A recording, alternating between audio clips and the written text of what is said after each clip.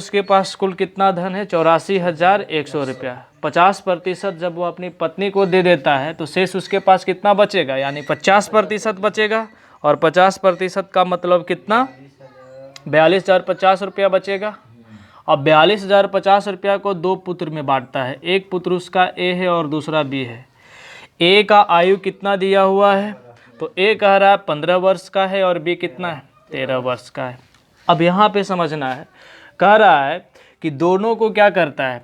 18 वर्ष तक जब तक नहीं होता तब तक 5% के दर से क्या होता है? चक्रवृद्धि ब्याज पे लगा देता है। चक्रवृद्धि ब्याज पे लगा देता है। मतलब ए 3 वर्ष तक लगाया और बी कितना? 5 वर्ष तक लगाया।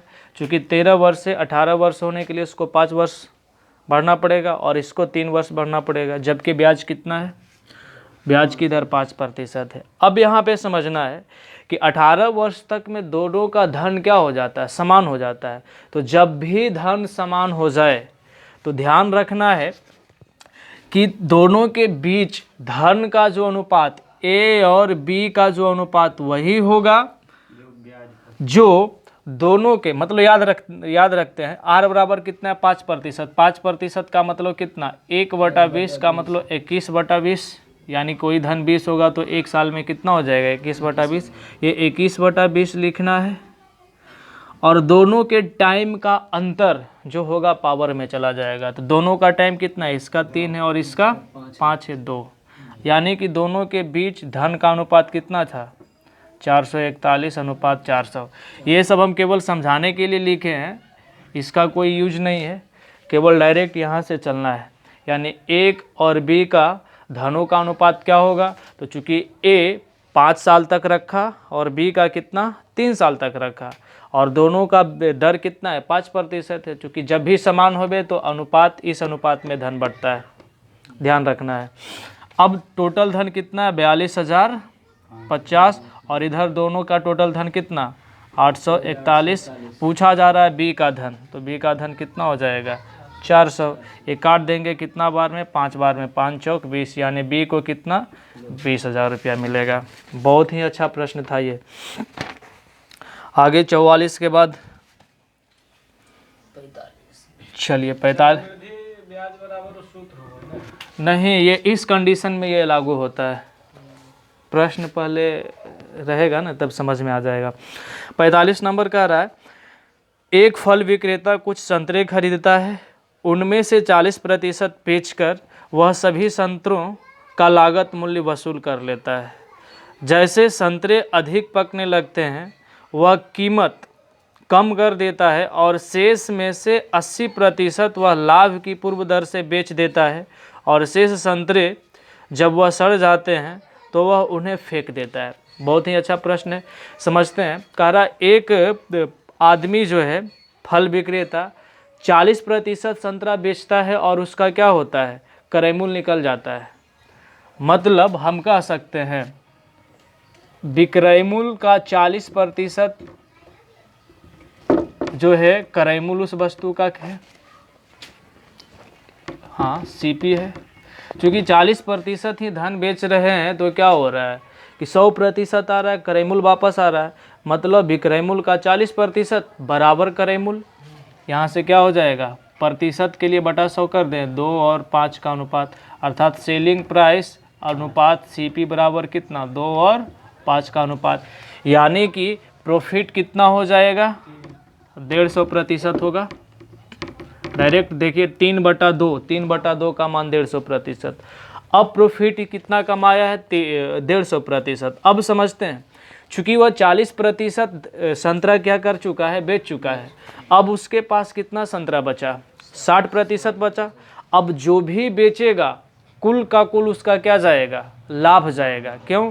क्योंकि वो तो क्रय मूल्य निकाल ही लिया है। अब जो भी विक्रय मूल्य होगा उसका क्या जाएगा? लाभ जाएगा। अब समझते हैं, अच्छा ये लिखा हुआ उल्टा है, ये 5 और 2 हो जाएगा। अब समझते हैं, चूँकि 60% जब धन बचा है और 60% का 80% जो बोला जा रहा है, 80% वह क्या करता है? पूर्व दर से आधा पर बेचता है। और चूँकि जो भी अब बेचेगा वह उसका क्या होगा? लाभ होगा। तो बचा है 60, तो 60 का 80% 48, छोटे 48, और 48 को कितना पे बेचता है, तो पहले 150 का लाभ हो रहा था, अब इसके आधा पर बेच रहा है, तो आधा पर बेचने का मतलब कितना, 75% पर बेच रहा है, अर्थात कितना कमा रहा है, 75% तो लाभ कमा रहा है, समझना है। लेकिन जो बेच रहा है वो भी तो उसका लाभ ही होगा, 100% उसका क्रय मूल्य होगा, 75% लाभ, यानी 175 इसका लाभ हो रहा है, 7/5 कितना हो गया ये, नीचे 2 गुना ऊपर 2 गुना करना, हाँ नीचे 2 गुना करके ऊपर 2 गुना करके एगो 0.8।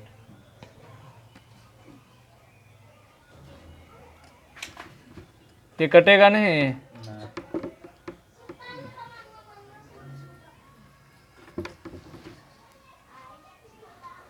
कटेगा कि 67.2 आ रहा है। हमको लगता है हाँ, यहाँ क्या है, 25 सते 75 से और 25 चौका 100, और ये कितना 12 चौक 48 बरसते 84% का कुल लाभ हुआ। अगला प्रश्न कौन सा है, 46 नंबर। 46 नंबर केवल समझना है। कह रहा है क्या, ABCD एक समकोणीय त्रिभुज है जिसमें B क्या है, समकोण है ABC। कह रहा BC और AC का मध्य बिंदु, BC और AC का मध्य बिंदु मिला दिए, B डैश A है, B डैश A डैश है, तो A B डैश C का क्षेत्रफल क्या होगा। तो ध्यान रहे, यदि हम इस त्रिभुज की भुजा की बात करें तो मध्य बिंदु है, तो ये 1 होगा, तो ये 1 होगा, यानी इस त्रिभुज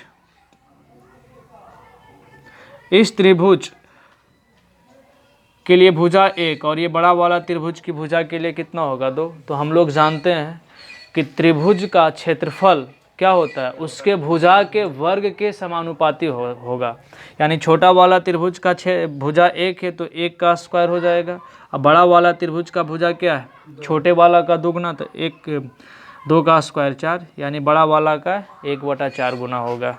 तो कितना है, 1/4 गुना त्रिभुज ABC का क्षेत्रफल C। आगे 46 के बाद कौन सा है,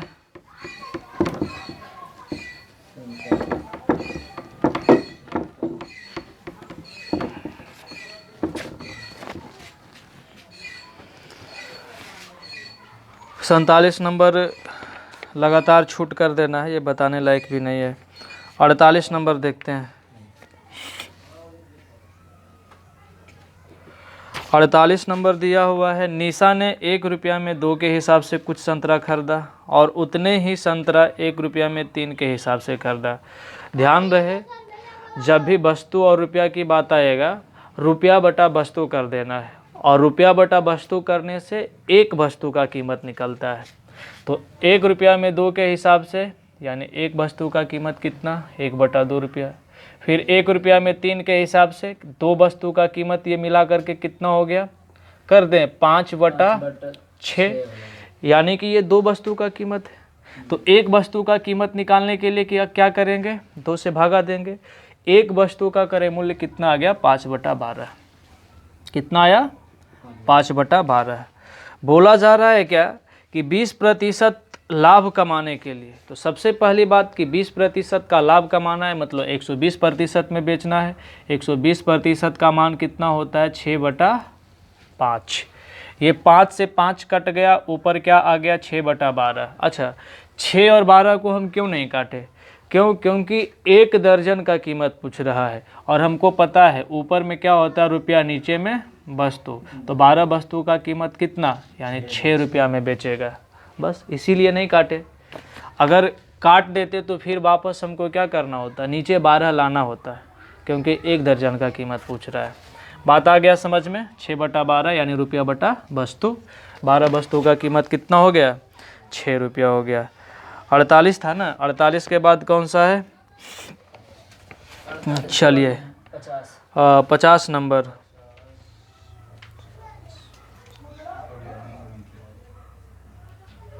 एक दोनों से छूट निकाल करके जोड़ देना है, और क्या इसमें।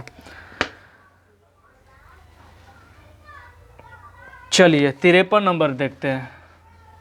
53 नंबर दिया हुआ है क्या, 2x प्लस 3y बराबर 11/2 और क्या दिया हुआ है, x इंटू वाई बराबर 5/6।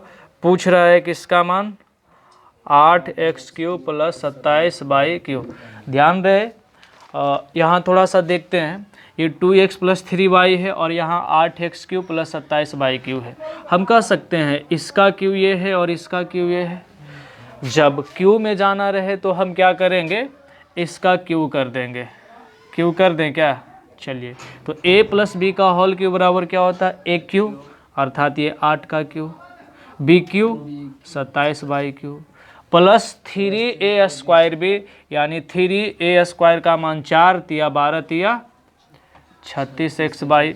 अच्छा ये हम क्यों करें, 3ab कर देते हैं, तो 3ab यानी कि 3 दूनी 6 तिया 18 इंटू a प्लस बी, और a प्लस बी का मान तो पहले से ही कितना दिया हुआ था, 11/2 मान रख दे डायरेक्ट, 11/2 बराबर ये कितना हो गया, 1331/8। हल कर देते हैं, 8x³ प्लस 27y³ बराबर 1331/8 माइनस 18 गुना 11, 18 के 8, 18 का 18, 198/2। घटा दें, घटा करके जो आएगा वही आंसर हो जाएगा, ठीक है ना। 8 एलसीएम हो जाएगा 1331, 4 बार में 8 चौक 32, 9 चौक 36 और 3 39, 4 एका 4 और 3 7 कितना लगभग आ रहा है, जो भी आएगा हल कर लेना है, ठीक है ना। आगे कौन सा है, 54, 55 नहीं, 56 नहीं, 57 नहीं, 58। चलिए 58 नंबर देखते हैं।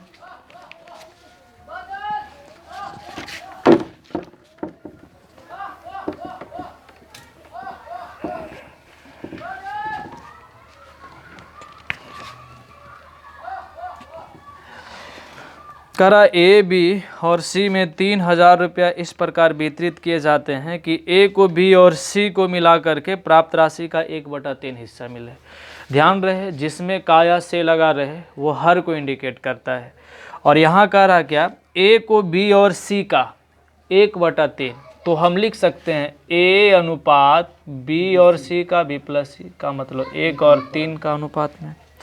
दूसरा कंडीशन दिया हुआ है कि बी को ए और सी का, बी को ए और सी का कितना मिलता है, 2/3 अर्थात 2:3।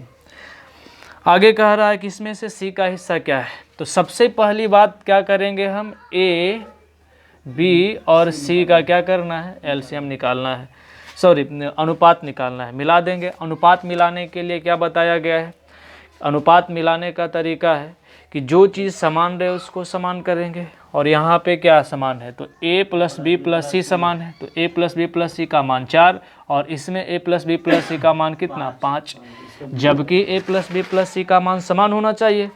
तो समान नहीं है तो समान कर देंगे, अर्थात इसको 5 से गुना करेंगे, 5 से, और इसको 4 से गुना करेंगे। क्या हो गया, a का मान 5, b का मान कितना 8 और c का मान या तो इससे निकालेंगे।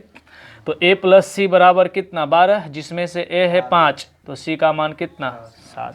अब समझते हैं टोटल धन कितना दिया हुआ है, 3000 रुपया, और इधर टोटल धन कितना दिया हुआ है, 8 5 13 7 20। क्या तुलना कर सकते हैं, c का मान पूछ रहा है, 7 से गुना कर देंगे, 0 15 सती 75 से, यानी कितना हो गया 1050 रुपया c का मान हो गया। 58 के बाद कौन सा है, चलिए 61 नंबर तो यूँ ही है, पूर्ण वर्ग बनेगा या नहीं बनेगा, चलो 61 नंबर देख ही लेते हैं। दिया हुआ क्या, 121a² को लिख सकते हैं 11a² प्लस 64b² को लिख सकते हैं 8b²। वर्ग बनाने के लिए क्या करेंगे, या तो प्लस 2ab जोड़ेंगे या प्लस 2ab घटा देंगे, यानी प्लस 2ab कर देते हैं, चूँकि जोड़ने की बात कर रहा है ना, तो प्लस 2a के जगह पे कितना है 11 और b के जगह पे कितना 8, यानी क्या हो गया 11 दूनी 22 8 76 से, 176 ये भी जोड़ देंगे तो ये क्या बन जाएगा, 11a + 8b का होल स्क्वायर, ये पूर्ण वर्ग बन गया। तो ध्यान रखना है। इसके बाद 62 भी बनाने लायक है। चलिए बना ही देते हैं। करा एक रेलगाड़ी 60 किलोमीटर प्रति घंटा की गति से चलकर किसी प्लेटफार्म को 30 सेकंड में पार करती है। रेलगाड़ी की लंबाई 200 मीटर है। ध्यान रहे कि जब भी कोई रेलगाड़ी किसी दूसरी रेलगाड़ी को, किसी प्लेटफार्म को, किसी पुल को पार करता है तो दूरी उसकी लंबाई का योग होता है। यहाँ पे रेलगाड़ी किसको पार कर रहा है, तो प्लेटफार्म को पार कर रहा है। मान लेते हैं प्लेटफार्म की लंबाई p और रेलगाड़ी की लंबाई कितना है, 200। तो ये क्या हुआ, दूरी। और दूरी बराबर क्या होता है, चाल गुना समय। चाल कितना है, 60 किलोमीटर प्रति घंटा। इसको मीटर प्रति सेकेंड में बदलेंगे। मीटर प्रति सेकेंड में क्यों, क्योंकि दूरी जब भी मीटर में दिया हुआ रहे तो चाल को मीटर प्रति सेकेंड में बदलना है। हो गया, कितना समय में पार करता है, 30 सेकेंड में। 6 × 30, 6 × 18, 3 × 20 = 60। ये कितना हो गया, 5 × 25 = 25 दूना 50 यानी 500। पी का मान कितना आ गया, 300 मीटर। यानी प्लेटफार्म की लंबाई कितना है, 300 मीटर। 62 के बाद और कौन सा है मैथ, चलिए 67 नंबर देखते हैं। करा सरिता और जूली एक ही स्थान से विपरीत दिशाओं में चलना शुरू करती है। यदि जूली 2.5 किलोमीटर प्रति घंटे की गति से चले और सरिता 2 किलोमीटर प्रति घंटे की गति से, तो वो कितने समय में वे 18 किलोमीटर दूर हो जाएंगे। समझना है, विपरीत दिशा में चल रहा है और एक ही स्थान से चल रहा है। मान लेते हैं यहाँ पे दोनों है, एक इधर जा रहा है और दूसरा इधर जा रहा है। तो ध्यान रहे, जब भी रेलगाड़ी और समय दूरी का प्रश्न हो, विपरीत दिशा में हमेशा चाल क्या होता है, जुटता है। तो चाल कितना हो जाएगा, 2 और 2.5 4.5 का मतलब 9/2। 18 किलोमीटर की दूरी कितना समय में, समय पूछ रहा है, समय बराबर क्या होता है, दूरी और बटा चाल। दूरी बटा चाल हो गया, 9 दूनी 18, ये 2 ऊपर जाएगा कितना, 4 घंटा में। 67 के बाद और कौन सा है, चलिए 71 नंबर देखिए। 71 नंबर दिया हुआ है, एक कुशल, अर्धकुशल और अकुशल। इसको मिटाना पड़ेगा।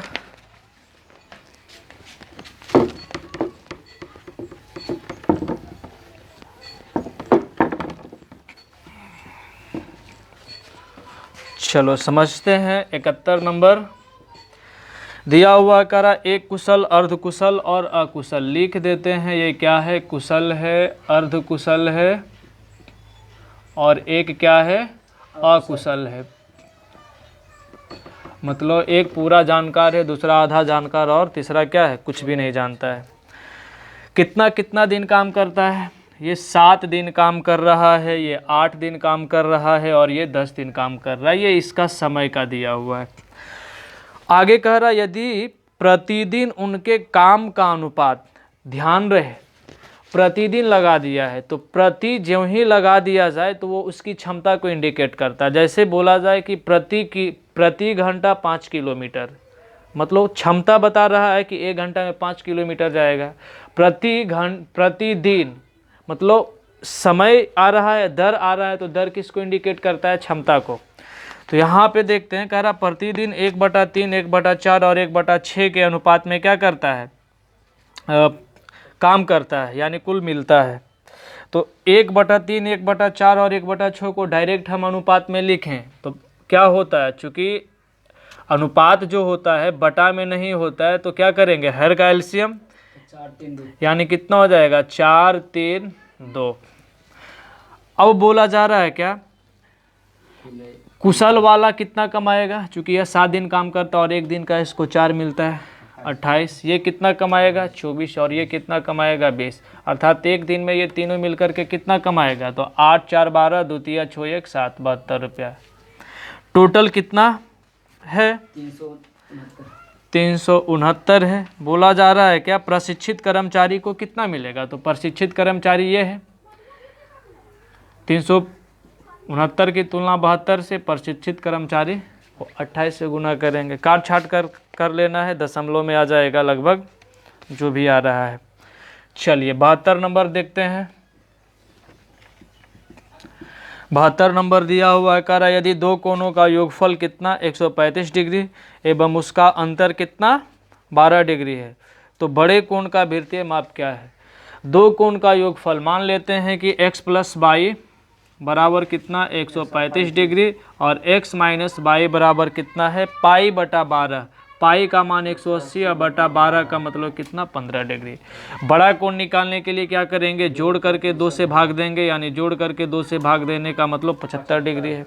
75 डिग्री को वृत्तीय माप में बदलना है। तो ध्यान रहे, एक चीज़ हमेशा समझना है कि पाई रेडियन बराबर होता है 180 डिग्री, यानी कि 180 डिग्री किसके बराबर होता है, पाई रेडियन के बराबर होता है। और अनुपात में भी एक चीज़ समझना है कि तुलना करने की बात, तो जिसमें निकालना रहे उसका मान क्या होता है ऊपर, तो वृत्तीय में निकालना है तो वृत्तीय वाला मान क्या होगा ऊपर, यानी 100 पाई रेडियन की तुलना 180 से और गुना 75, अर्थात क्या हो जाएगा गुना पाई बटा 180। ये कितना हो गया 15 पचे 75 और 12 गुने 15, 5 पाई बटा 12 रेडियन होगा। आगे कौन सा है 73 नंबर में मान रख देना है, केवल सबका मान दिया हुआ ही है, मान रख करके हल करना है, 73 बताने लायक नहीं है। 74 नंबर देखते हैं।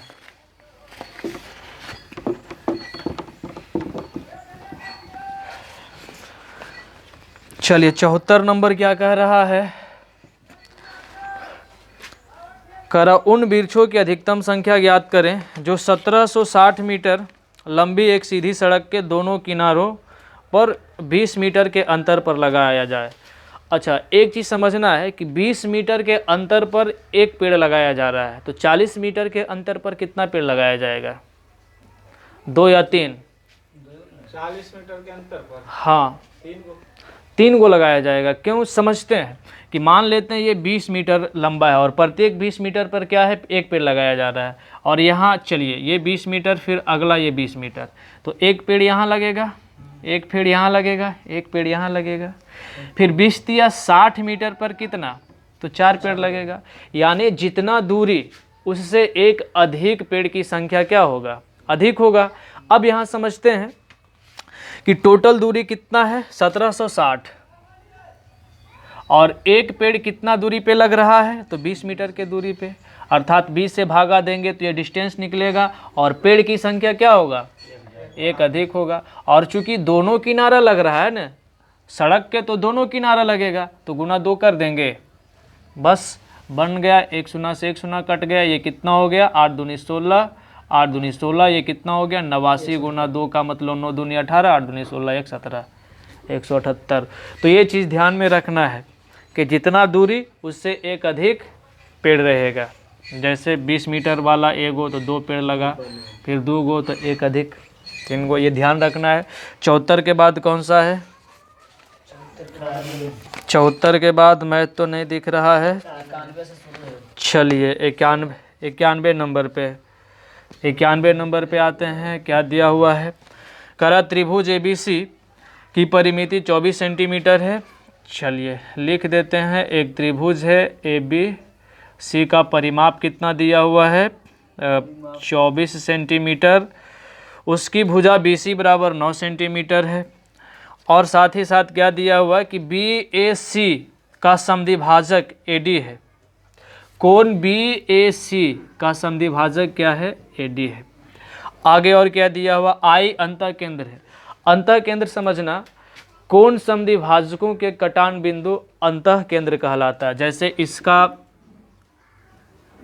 कोण समद्विभाजक और इसका कोण समद्विभाजक, तीनों का जहाँ पे कटेगा वो क्या कहलाएगा, अंतः केंद्र। तो मान लेते हैं ये अंतः केंद्र क्या है, I है।